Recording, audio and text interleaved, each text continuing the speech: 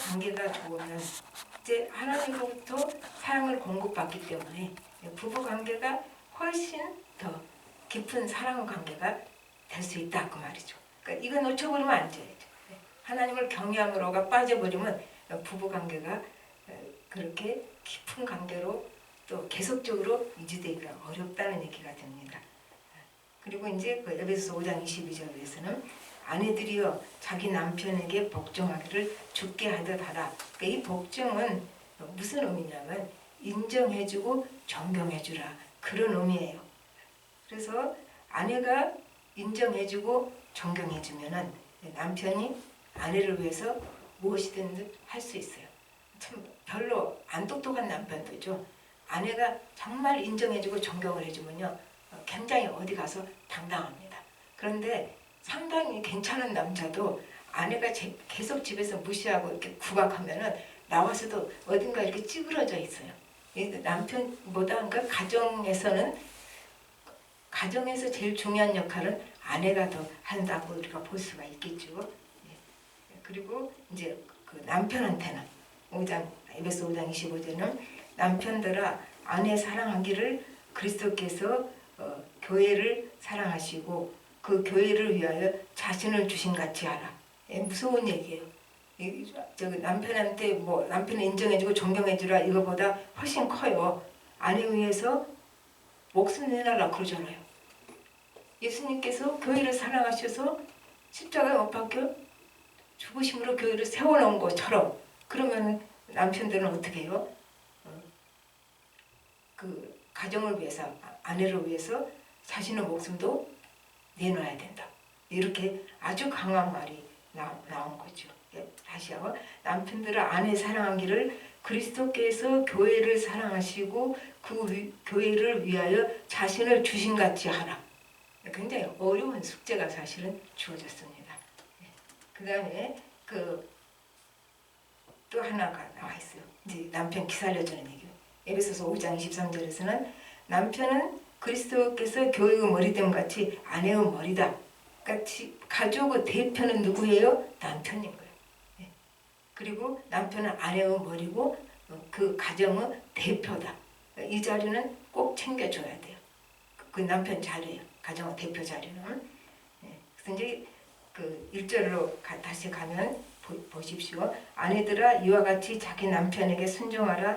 이는 혹 말씀을 순종하지 않는 자라도 말로 말미암지 않고 그 아내의 행실로 말미암아 구원을 받게 하려 함이니. 그러니까 예수 안 믿는 남편이 아내의 삶으로 전도가 된다 그 말이죠.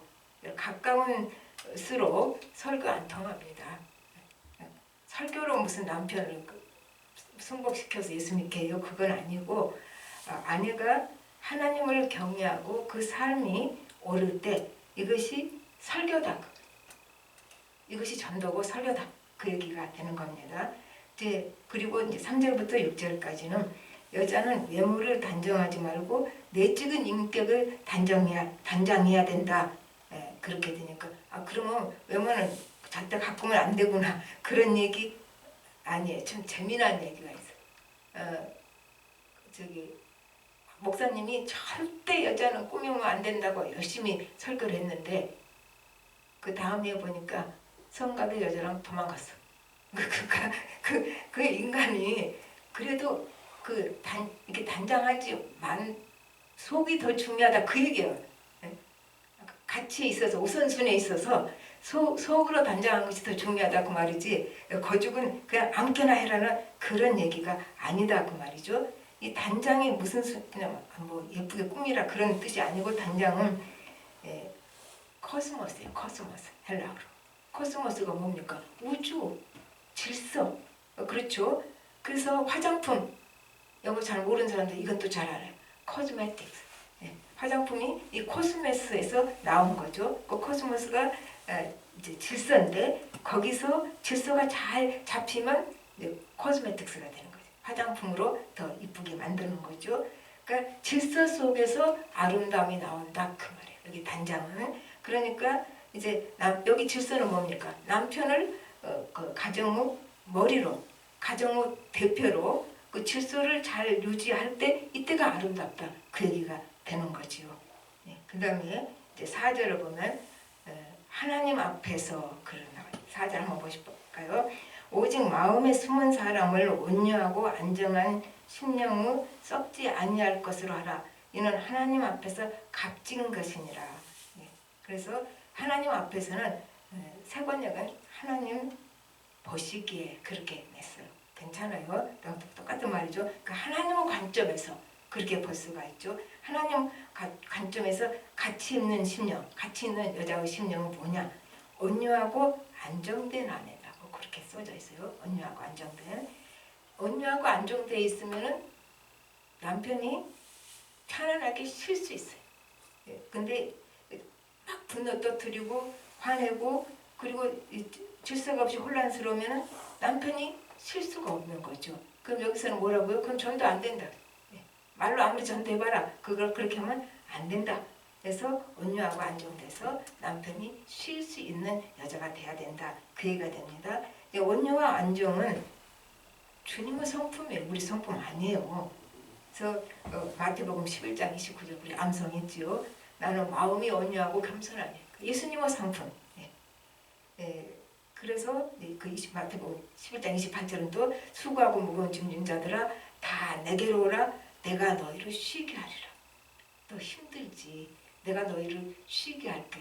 근데 어떻게 쉬게 할 수 있으세요? 온유하고 안정돼 있으시기 때문에 쉬게 할 수가 있는 거죠. 그러니까 남편이 집에 왔을 때 아내가 당신이 참 힘들겠다.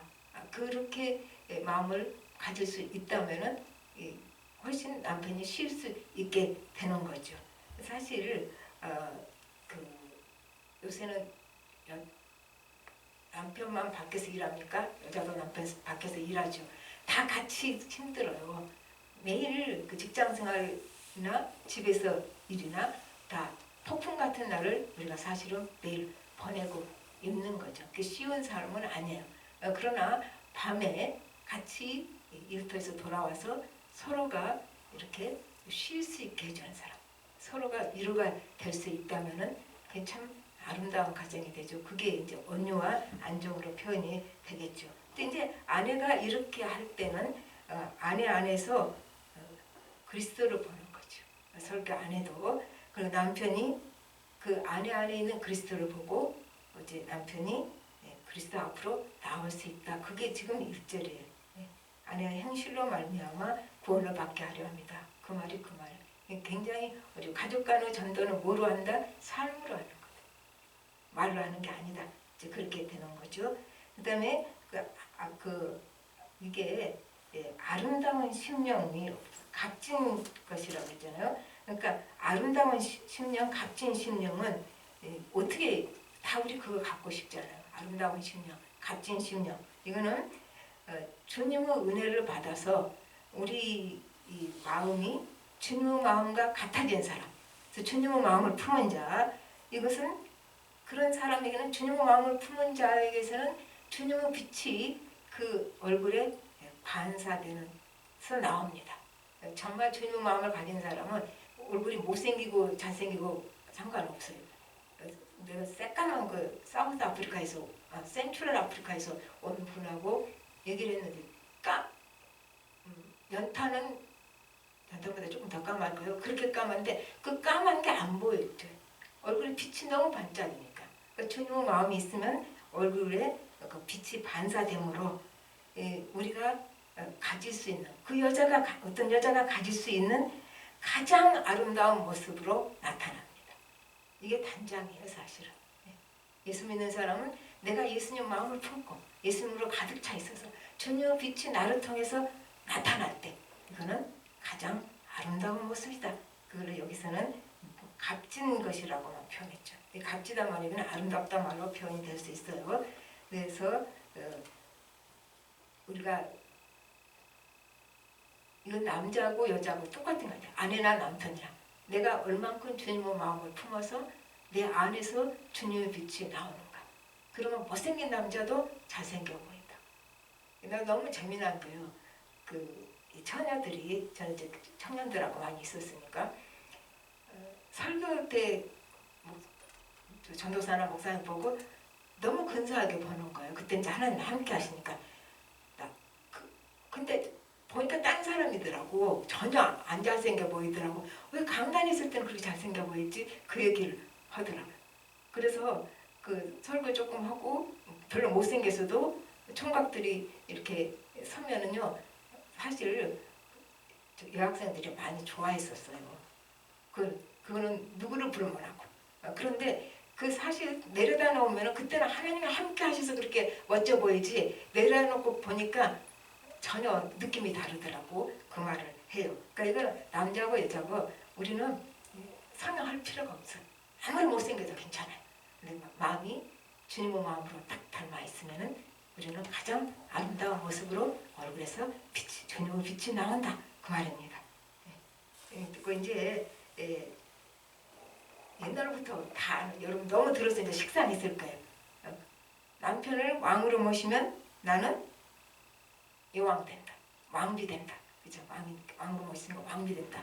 근데 남편을 하인 취급하면 나는 하인의 아내니까 하녀 된다. 나는 그게 참 캐커먹은 부식 얘기지만 그렇듯 한 것 같아요. 내가 여왕 되고 싶으면 또 왕비 되고 싶으면 남편을 왕으로 대접하라.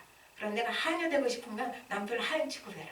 이렇게 역으로는 말할 수가 있는 거죠. 근데 우리 여기서 하나 질문이 있어요.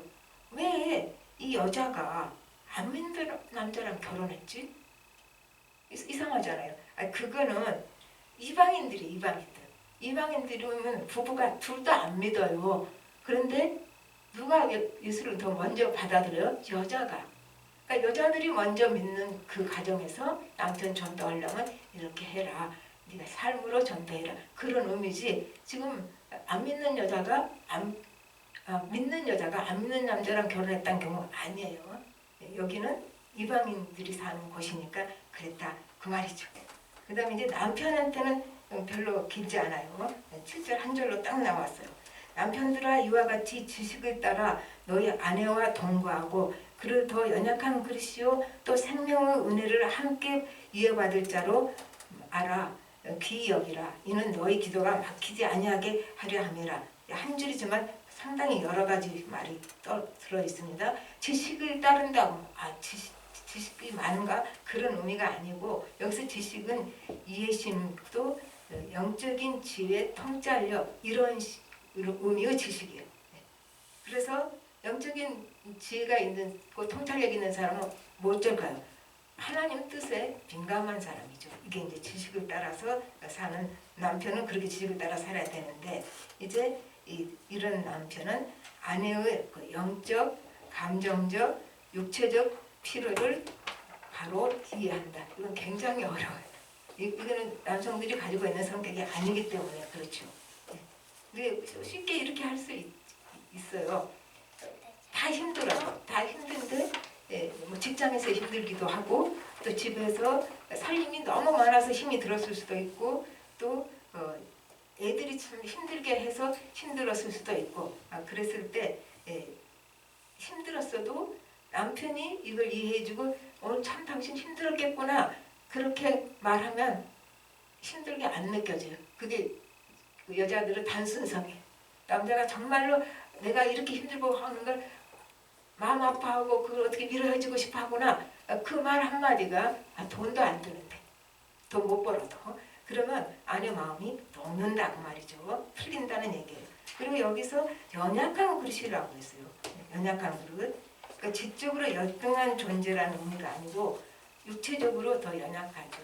또 감정적으로 더 감수성이 강하고 상처받기 쉬우니까 감정적으로 연약하다는 의미가 됩니다. 근데 여기서 이제 중요한 말은 아내를 귀히 여기라 그랬어요.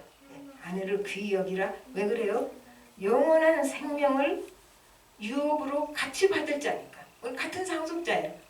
남자가 더 어떤 상속자, 여자가 그 상관없어요. 남녀를 불문하고 우리는 똑같이 그 하나님의 영원한 생명을 유업으로 같이 받을 자이기 때문에 우리가 이제 귀히 여겨야 된다. 그러면 뭐라고 했어요? 그치? 기도가 막히지 않을 거다. 아내에게 막 화내고 그것도 모르냐고 막 무시해봐요. 그리고 한번 기도해 보세요. 기도가 술술 나오나.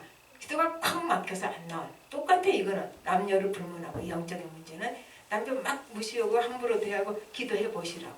기도가 안 나와요. 이건 남녀를 불문하고 똑같이 기도가 막힌다. 왜요? 하나님이 안 기뻐하시니까 기도가 막히죠. 하나님이 기뻐하셔야 기도가 성령의 도우심으로 술술 뚫리지 않겠으니까. 그러니까 기도가 안 막히게 하기 위해서라도 상대방을 인정해주고 무시하면 안 된다는 얘기가, 기억해야 된다는 얘기가 나옵니다. 이제 제가 이게 참 좋아하는 거죠. 남편이 행복해야 아내가 행복하다.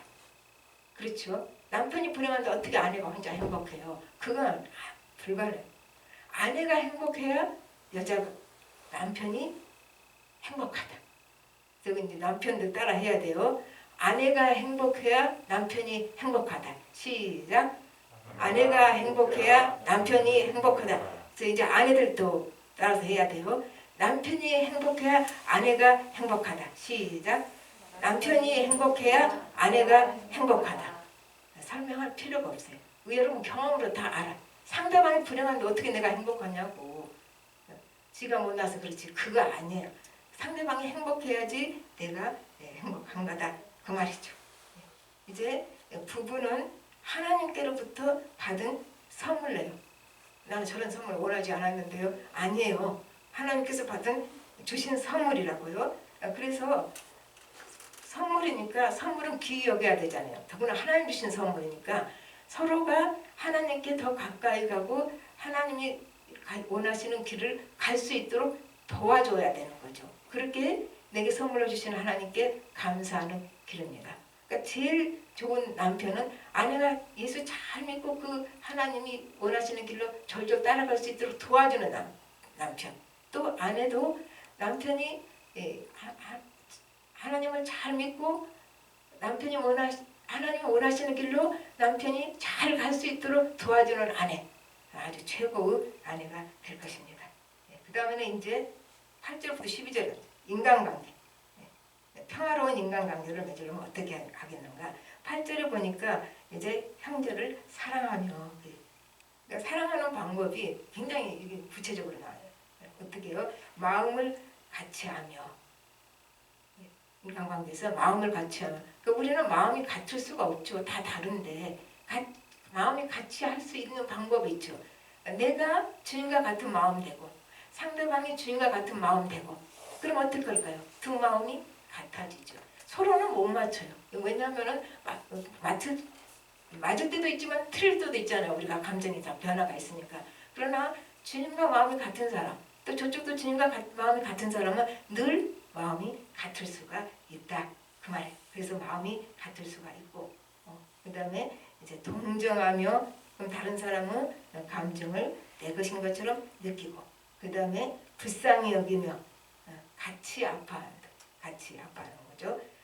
그래서 상대방을 우리가 약점 없는 사람 하나도 없어요. 저는 제일 많은 사람 같고요. 약점이 우리 약점이 다 있는데 그 약점을 비판하기보다는 긍휼히 여기는 거예요.